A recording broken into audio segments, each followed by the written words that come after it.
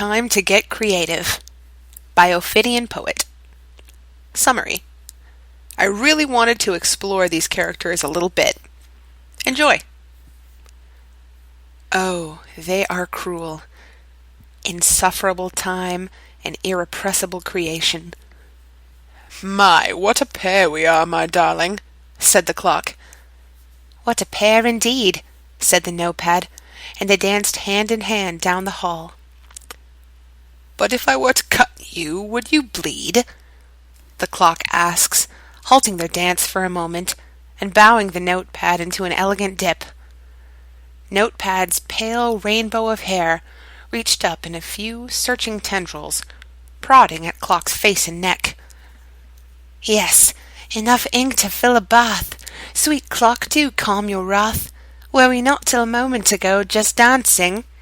Notepad asked, setting both her heeled shoes on the floor and pulling Clock into a tango hold.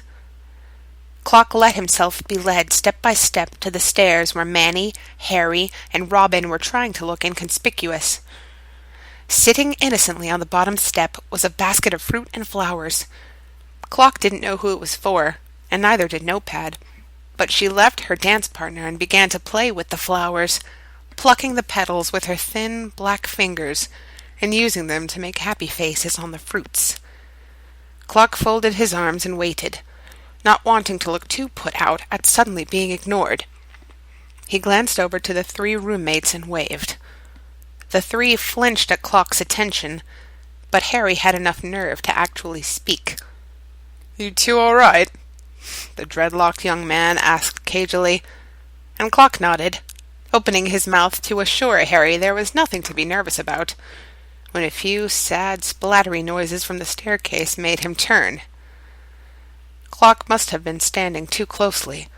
The flowers had all withered into dry shreds of nothing, and the fruits had rotted into soft little lumps Notepad had begun smearing into the floor, crudely drawing a picture of a house with the rancid fruit pulp. Her hands were coated in the sticky gunk, and Clock could see they had been wiped a few times already on her dress. A short while ago you mentioned a bath. Dear Notepad, I think you are on the right path. Let's get you cleaned up.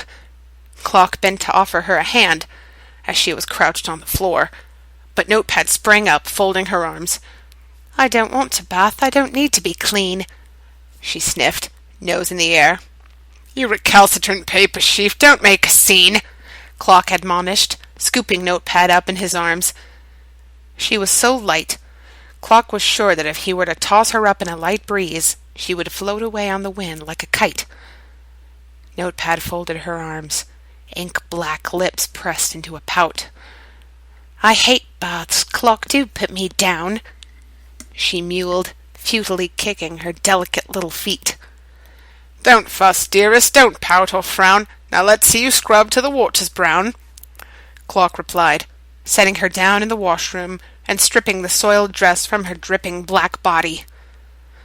Clock drew the bath for Notepad, and she stuck her tongue out at him before clambering inside.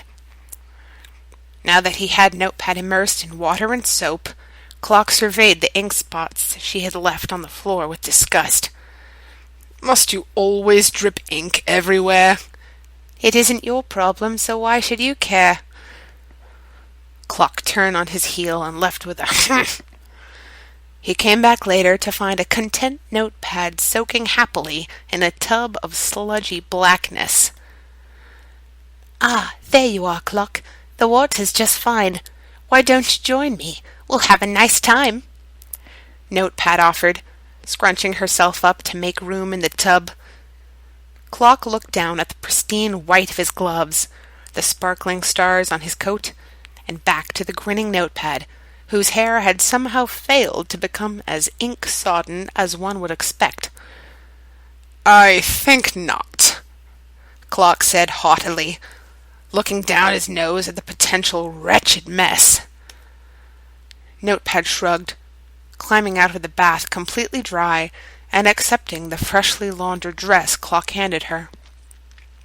Dressed, Notepad fell into Clock's arms with a sigh, collapsing like a puppet who'd just lost their strings and allowing Clock to zip the dress up. Clock leads her down the stairs and out into the garden, not looking too hard at the apples turning away in fright.